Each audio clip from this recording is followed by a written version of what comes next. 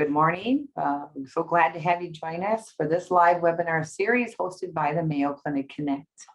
I'm Janine Kolko. I'm a patient educator with the Mayo Clinic Cancer Education Program in Rochester, Minnesota. I will be moderating the session today. My colleague, Megan Ressler, will be assisting today with some technical support and helping to assist with some of the questions at the end of today's session. If you have questions related to this topic, please type them in the chat function at the bottom of your Zoom screen, anywhere throughout the presentation, and we'll address those at the end of the session.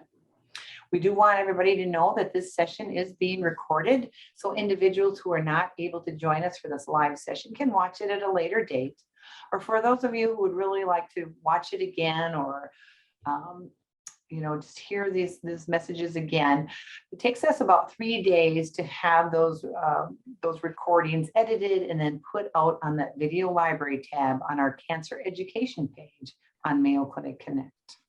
And just as a reminder, Mayo Clinic Connect is a digital platform. It's for support and education for patients, family members, and caregivers, just to be able to get evidence-based information and get access to information about our classes and programs that are offered. We encourage you to follow the Cancer Education blog on Mayo Clinic Connect so you can stay up to date on upcoming webinars and other educational opportunities. We will put the link to the Mayo Clinic Connect Cancer Education blog in our chat function. This is the third presentation in a 3-week series on financial toxicity in cancer, managing the cost of cancer care. The first 2 sessions are available on Mayo Clinic Connect site. The term financial toxicity is used to describe really that treatment-related financial strain that's experienced by people who are, coping with a diagnosis and treatment for cancer. However, we often know that that financial impact goes well beyond active treatment costs.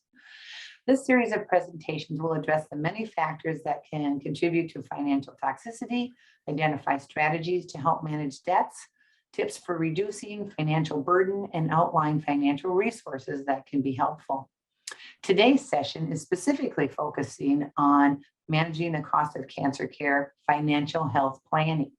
So this session will describe common costs encountered by patients with cancer, outline financial health strategies and techniques to manage those debts, explore options for income and financial assistance, and will provide a checklist of items that can help you navigate those financial issues and stay organized. It's my pleasure to introduce our speaker for this webinar session.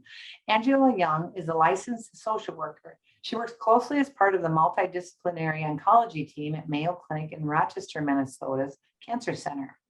She has worked as a patient navigator for Mayo Clinic for nearly over 18 years already. She has a wealth of experience and knowledge in working closely with patients, providing support, financial assistance, employment and insurance guidance and resources. Another one of our subject matter experts is joining us as a panelist today and will assist as needed with questions at the end of the program and just be available for assistance. Jody Chuk is a patient navigator at Mayo Clinic in Arizona at their Cancer Center. She has been a patient navigator for 7 years, 4 of those with Mayo Clinic. She assists patients in locating beneficial resources that can help break down barriers for treatment. We will put, there is a resource sheet that has outlined a number of very good, current, credible resources that are referenced throughout all 3 of these presentations. And that resource sheet is listed out on the Mayo Connect site associated with these specific videos. And so we are also going to put the link for that resource sheet in the chat so you can access that as well. So with that, please join me in welcoming Angela Young. Thanks, Janine. So I just want to comment too, as Janine mentioned, this is the third presentation in a 3-part series.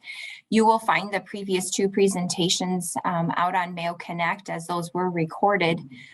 Today's presentation is merely, in many respects, an overview of a lot of the key topics that we discussed in parts 1 and 2, but really wanted to highlight kind of the overall general financial health planning and staying organized, but also want to highlight some of the key components that both as patient navigators and social workers feel are really important for patients to understand and keep track of. After the PowerPoint presentation, I believe, Janine, we're going to pull up that resource sheet, and then Jody is going to just briefly talk about some of the different resources in the websites and the content that you might find on each of those resources and how you might find them helpful.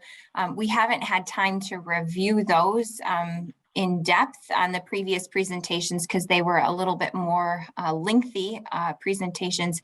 And so we thought we'd take the time today to just briefly go over those resources. But the links have always been attached in the previous first and second presentations. So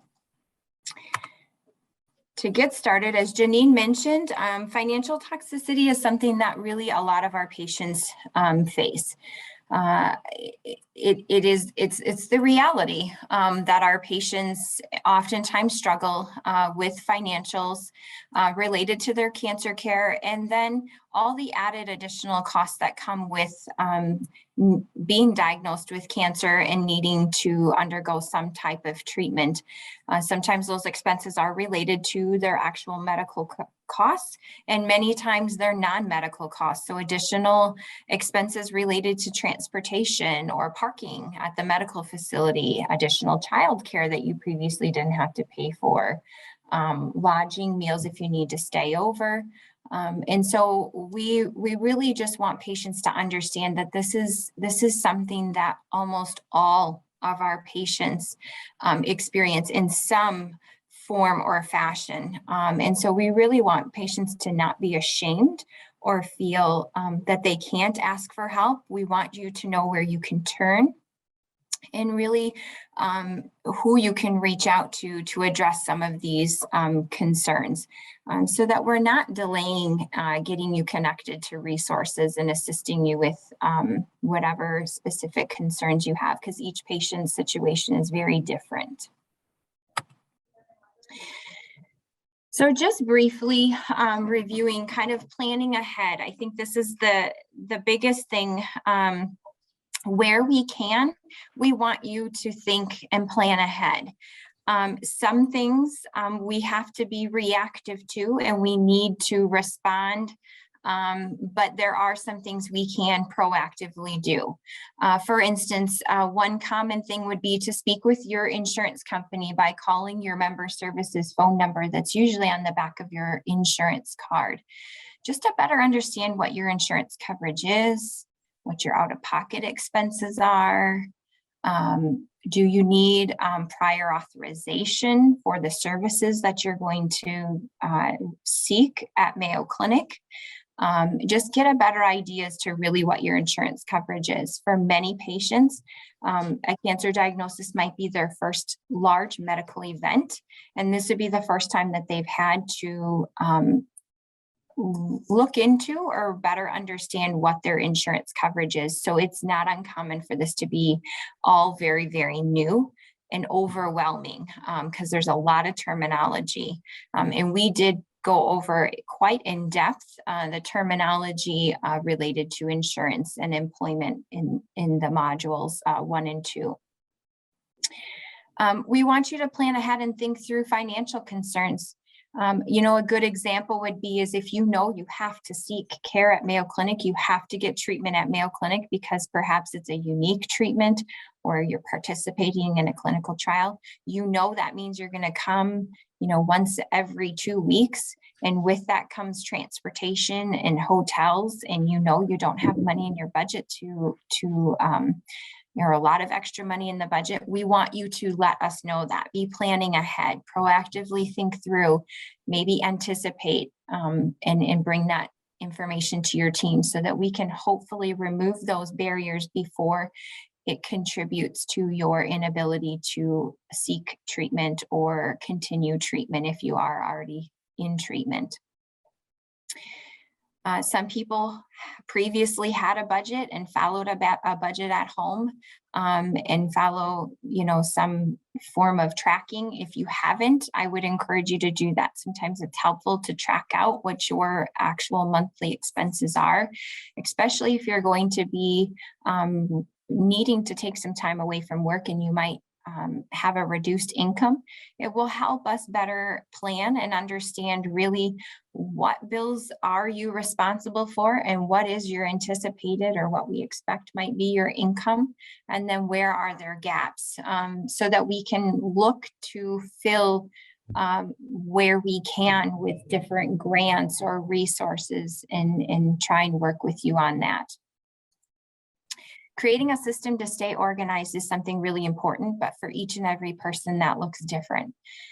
We would encourage you to keep things organized. If you receive paper bills or paper explanation of benefits from your insurance companies, keep those in one location and try as best as you can to match them up, maybe by the month. That helps if we need to go back and look through paperwork that we know we only have to look through February's or March's paperwork.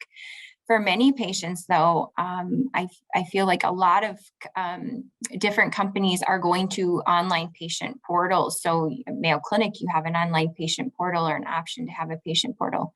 Employers have employees using employee portals. And then a lot of times insurance companies have you using online portals. So if you have online portals, that's perfect. We can utilize those, but it's just maybe perhaps writing down in a safe place your username and password so that we can easily access those when we need to along the way. Let us know, let your care teams know, the social workers, patient navigators, your care teams know if you anticipate needing some assistance with resources, for instance, like lodging, parking, transportation, things like that. It never hurts to just let us know so we can try and proactively help you. In terms of managing debts, just know, again, your out-of-pocket expenses. Sometimes it's helpful with the financial representatives at Mayo Clinic, at the business office. Some patients perhaps will get a consult or a meeting with the financial counselor team, depending on what the treatment plan is going to be. So that might automatically happen, but always know if it doesn't happen, you're able to request that and have a conversation with them. It's very, very important that you don't ignore your medical bills. They're not going to go away. You are responsible for your medical bills. So we want to help you plan on how we can take care of those and what our plan is to make payments on those. So please don't ignore your medical bills, and let us know if you have concerns about paying for them, or if when you get your medical bills, things don't look right. Perhaps the amount you are being asked to pay looks higher than what you were expecting. Please let us know. We need to know that. In addition, we can seek out different programs based on your needs. It might be things around medication, setting up payment plans, connecting you to resources. Each and every patient situation is very different. And so we would just like for you to let us know what those are so we can assist along the way.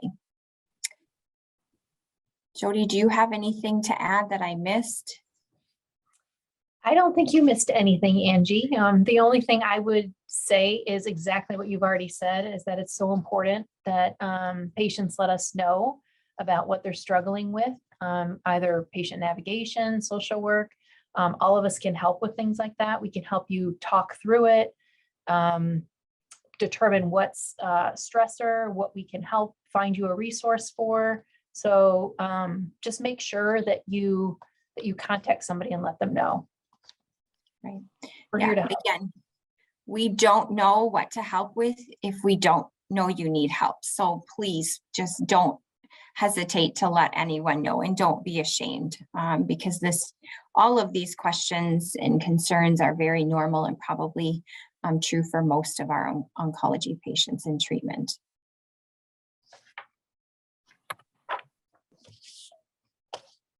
All right. So just briefly here to talk about the ways to get creative perhaps with income. Sometimes patients will say that, you know, they need help with their medication, or they need help with their bills, their utilities, mortgage, things like that. That's why it's helpful for you to create a budget. Let us know exactly what it is you're responsible for. What are your medical expenses? What are your insurance expenses? Because with many of the resources available, they may have their programs might be allocated to pay for certain types of services or certain types of bills.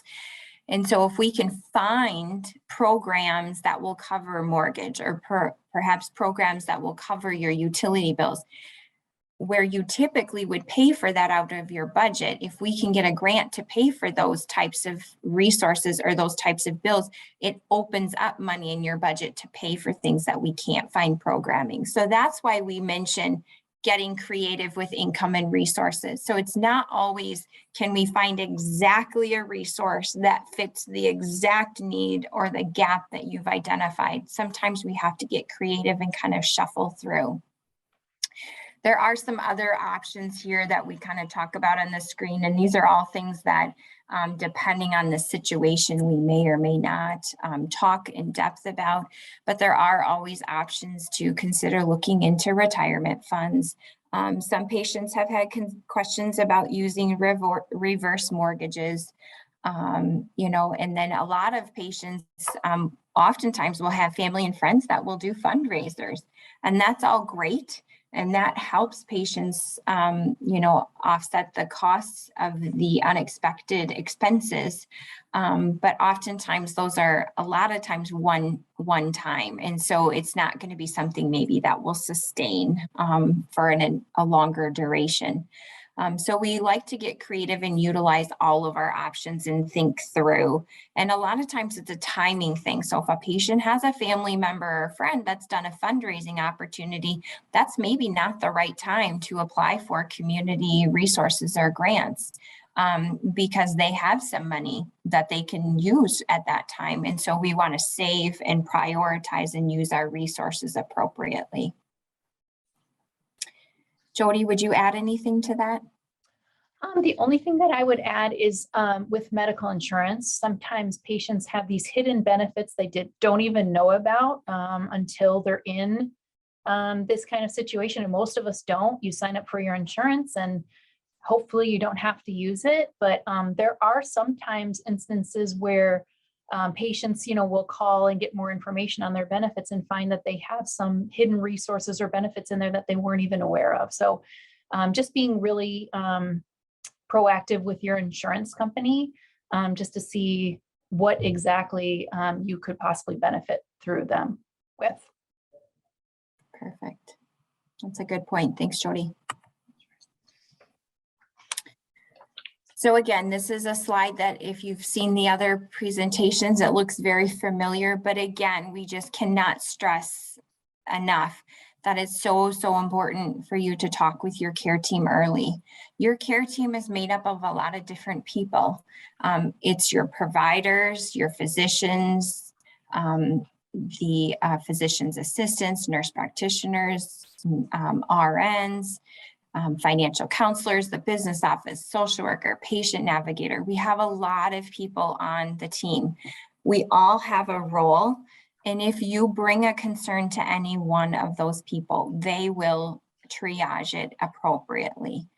So please just make sure you're reaching out and making someone aware if you have concerns about paying for your bills. Your bills might be your medical bills. It might be your insurance, the actual premium to keep your insurance. And it might be your utility bills or just expenses that you would normally have at home. Costs of medications are another really big expense oftentimes for our patients. And then the reality is some of our patients face a potential loss of job if they're not able to continue to work due to their treatment. Some patients have have been in an employment position long enough to have some type of short-term or long-term disability or be protected by the FMLA, the Federal Medical Leave Act. Not every patient has that privilege though. And so the reality is some of our patients may lose their job and then in turn have a loss of income. For those that have those protections, perhaps the reality is maybe they're not going to continue to get their entire paycheck that they're normally used to getting. And so we have to look at how we can still pay all those expenses, but on a reduced income. And so we want to help, and we want you to feel comfortable reaching out to any one of the care team members with any of your concerns. Sometimes this will be immediate concerns that you have right away at the time of diagnosis, and sometimes these things bubble up along the way. It might not come till 2 and 3 months down the road, but please, as soon as you're made aware of them or you anticipate there being a concern, please let us know. Sometimes patients have had concerns about their loss of job or potential questions about employment. And after meeting with a social worker or patient navigator, we've been able to help them think through some things, come through with some questions, things to talk with their employer about. And we've been able to avert any concern and put to rest any type of concern about a potential loss of job. Sometimes it's just opening up that conversation with the employer. And so we're happy to help in whatever way we can. And sometimes it's merely just helping you come up with questions or think through the best approach. Jody, anything to add? No, I don't think so. Okay. Lastly, a little organization goes a long way. Some people by nature have the skill to keep things really organized, and some of us struggle with organizing. Again, every person will do it different. What one person considers organized is maybe not the definition another person would say, but really what we're just asking is that you don't throw your bills away. You don't throw your paperwork away. It's not trash. Let's keep it. Let's try to maybe perhaps at least keep it in one location. Maybe it all goes in a desk, or maybe it all goes in an empty shoebox, or maybe you use a 3-ring binder. Whatever works for you.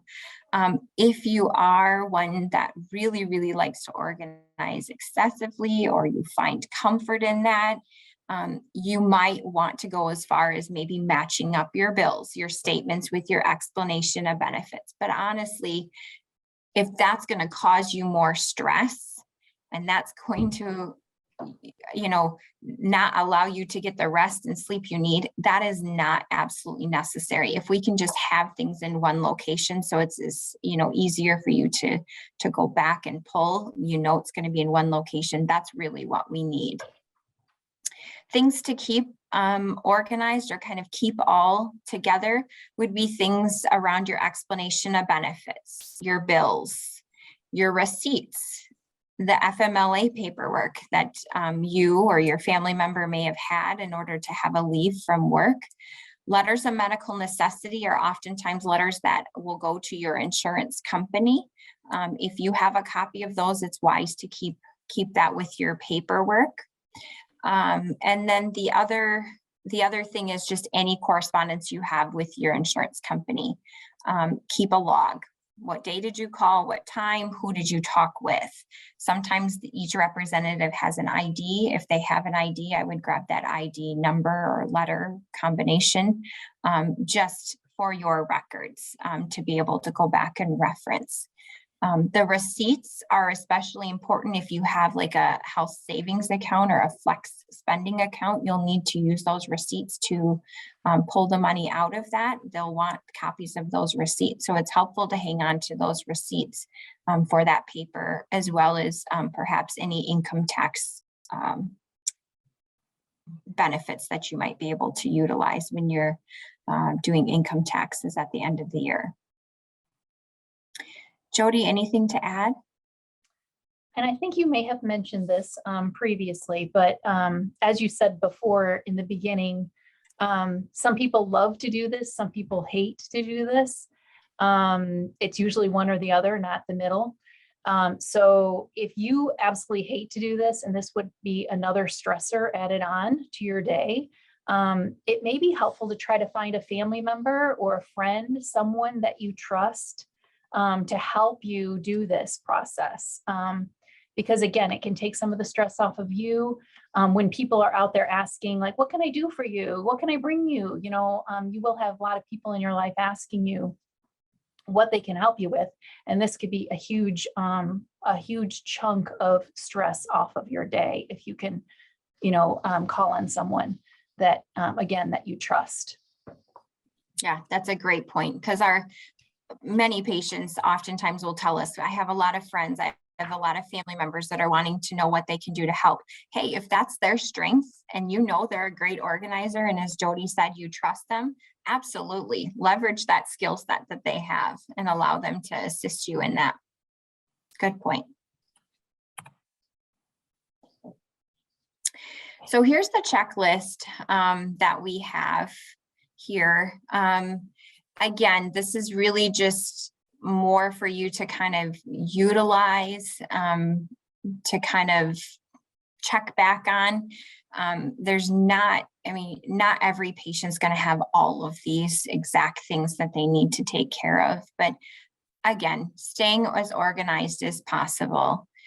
Making sure you're aware of your insurance coverage. If you have any appeals or denials, making sure you're letting the care team know about that. Usually we do get notification of appeals or denials, but sometimes patients will be the first to hear. So if you hear from your insurance company on any of that, it is helpful to notify the team. Please don't ignore your bills. As we mentioned before, they don't go away. We're all responsible for our bills, but let's think creatively on what we can do to come up with resources and programming and plans to stay on track with paying those. Again, tracking your overall household expenses, that goes back to the budgeting. Making sure you're aware of your employer policies and benefits. We talked a lot about this in great length in the second module around your employer benefits, what your caregivers have potentially for benefits.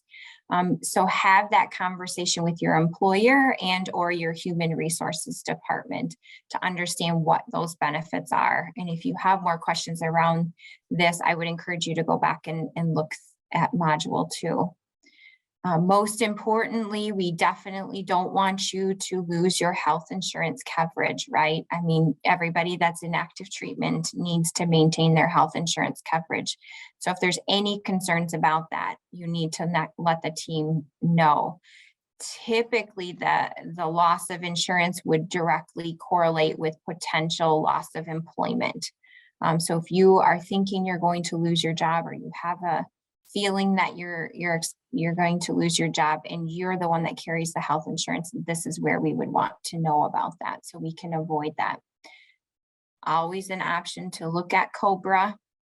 We understand that can be expensive, but again, in meeting with someone on the care team, we can look at programs and resources that might be available to help cover those expenses. And again, just to reiterate, making sure you're bringing your concerns to your care team. We all acknowledge financial toxicity, financial stress, whatever you want to call it, is a reality for our patients. And we don't want to ignore that. And the sooner we know about it, the more we're able to help. So just encourage everyone to have that dialogue with someone on their care team. Jody, anything to add to that checklist? Nothing to add. No, I think just having a checklist in general, no matter what works for you, it's very individual in what works for each person going through a diagnosis. I think that just coming up with your own personal way of keeping track, reducing stress is the most important thing. Perfect. Okay, Janine, we're at questions, but I think before we take questions, we'll have Jody review that resource. So I'll stop sharing so you can bring up that resource sheet. Will do. Yeah, thank you.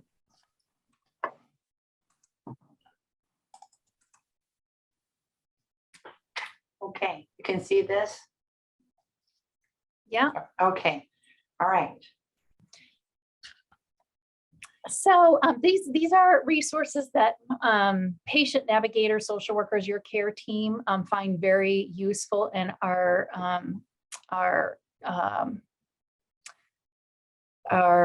resources we use on a daily basis. So just going through the top of this resource sheet, we just made sure that we put that our Mayo Clinic resources are patient navigators like myself and Angie. You also have your oncology social workers, patient account services for all of our Mayo Clinic locations. That's a great number to keep handy. They can help with many different questions about insurance, financial resources, things like that. Our national resource list. These are great reputable websites that we use again daily with our patients. Just to go down the list, Triage Cancer offers up-to-date information on many topics, including the financial impact of a diagnosis and how to navigate these issues, health insurance and what to consider with each option, legal resources such as estate planning and employment resources such as health insurance and disability insurance. Their website is very user-friendly. Individuals can search by topic, and they offer a lot of workshops and things on various topics. So that's a great one to have handy as well. Patient Advocate Foundation. The Patient Advocate Foundation helps individuals in connecting with many services. They offer a national financial resource directory, which may be able to locate financial aid funds, case management services, which can help with applying for insurance programs, and applying for programs that assist with daily living expenses such as food and rent. They also have a program that may be able to assist with co-pays if eligible. Their copay assistance program is donor funded, and it's donor funded by disease. So it really just depends if there's funds available, but it's another great resource to check out. Next one, Cancer Legal Resource Center. They provide information and resources about cancer-related legal issues. This organization is qualified attorneys with individuals looking for legal counsel if needed. Next one, Cancer Care. Cancer Care provides help by diagnosis, which can include counseling, case management, support groups by connecting online, by person, and by phone. They can also locate financial assistance resources, including copay assistance. So that's another great one. The last three are websites that you can get more information on each of these topics. So for FMLA, the Family Medical Leave Act, this is a benefit through an individual's employer that provides eligible employees with up to 12 weeks of unpaid job protected leave per year. So this website can assist with any questions related to that benefit. The ADA, Americans with Disabilities Act, this is a great resource for individuals that have questions and need information and assistance with laws and regulations associated with this act. And the last one, disability income. So for Social Security disability income or supplemental security income, there's information that can be found on this website for both of those and will help with answering frequently asked questions and can provide guidance in each of these categories. So hopefully those are good resources for you, individuals going through a diagnosis. And thank you so much, Janine. You did a great job, and thank you for that. And as a reminder, we put that resource link in the chat function, so you can click on that and navigate to that page as well that you can print off. It was a wonderful presentation, very helpful, practical tips. We just appreciate your time so much for this. So there are a few questions, so let's just bring up those questions here.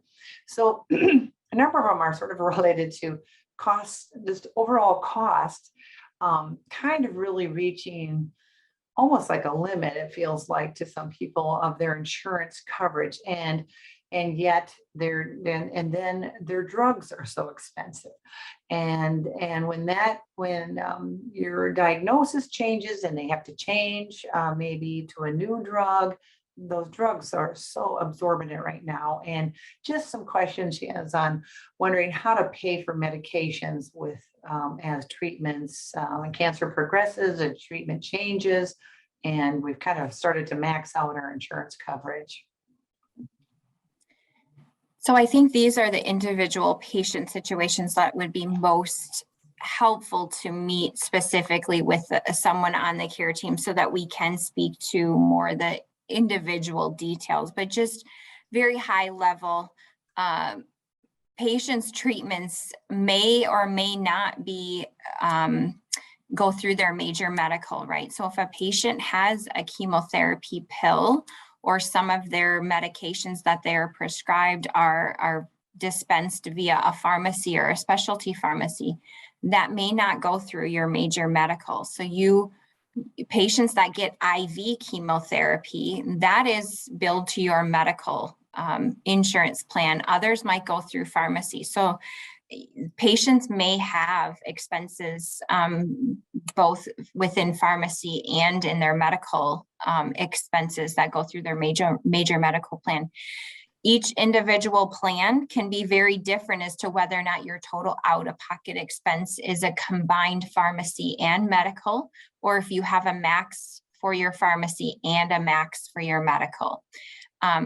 I would encourage the individual that posted that question to please reach out to a member of your care team if you do have concerns. Let's have conversations around that.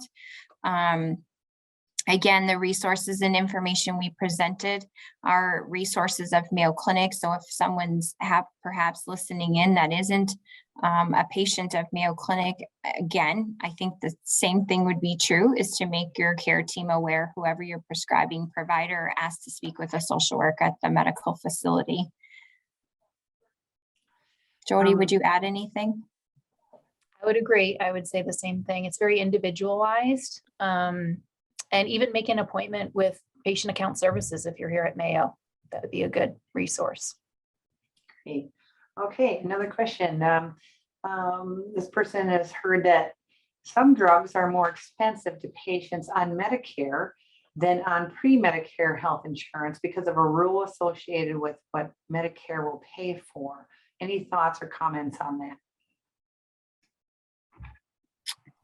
And again, I think this is very individualized, and we probably would lean heavily on our patient financial and account services, and we work collaboratively with them. So we, as patient navigators, social workers, we assist patients in connecting to programming, but we also rely heavily on our patient account services, our financial team, to kind of better understand what patients' insurance is, what their coverage is, and then we kind of work in tandem to address if there's any expenses or gaps. So specifically, there could, I guess, potentially be options where there might be more expenses, but then again, are we looking at, are there programs available to help cover some of those expenses? I think that's where patient navigation and social work in tandem with patient account services. So again, great question, but I think probably better answered if we met, or addressed it individually. Great, thank you. Question, can COBRA ever be extended longer than 18 months? Yes, there are situations, and I would encourage you to utilize that resource list that Jody referenced. I particularly, for patients like the triage cancer, because they do a fabulous job, really just getting it down to the fine-tuned details that are most helpful. And there is a lot of information on their website that would be helpful for you to reference regarding COBRA. Great, thank you. Also wondering if there are any, as people can add in any questions related to financial assistance, financial toxicity questions, employment concerns, all related to the financial perspective, please write your questions in and we will address those. Thank you. We'll give just another few minutes to see if people have a few more questions. I'm just going to say someone made the comment that they like the checklist. So it wasn't a question, but just a comment about that. So I want to add that in. Yeah. It was excellent. I think checklists can be helpful for people that are organized, but also people that wouldn't define themselves as maybe being a super organized person. To have that defined checklist, I think gives them a starting point. So I'm glad that was helpful for some people. All right, great. I think you did a great job. I'm not seeing any more questions. So appreciate your time and sharing your expertise with us today. Thank Thanks you. everybody for joining us. Thank you. Have a good day.